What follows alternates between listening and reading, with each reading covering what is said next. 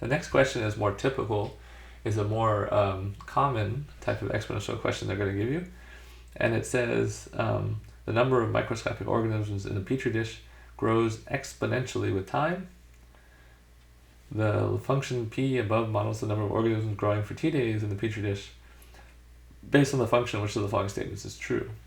So just by looking at the term inside the parentheses, that would be our b value from what I drew up there.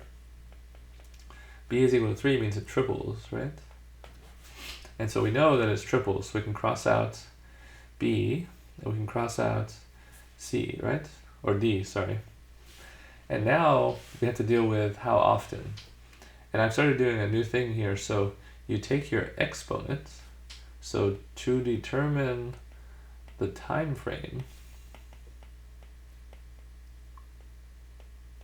in this case to triple, because that's what this question is doing, but it could be anything for any question they give you. To determine that time frame, you want to set the exponent equal to 1, right? You want to triple once, and then you want to see how long it's going to take. So I take t over 2, set it equal to 1. I solve and I get t equal to 2, and the units in the question says t is in days, right? So this says that the microorganisms in the petri dish are going to triple every 2 days, right?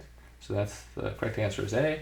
And if we understand how this equation is written, that's a very, very straightforward question.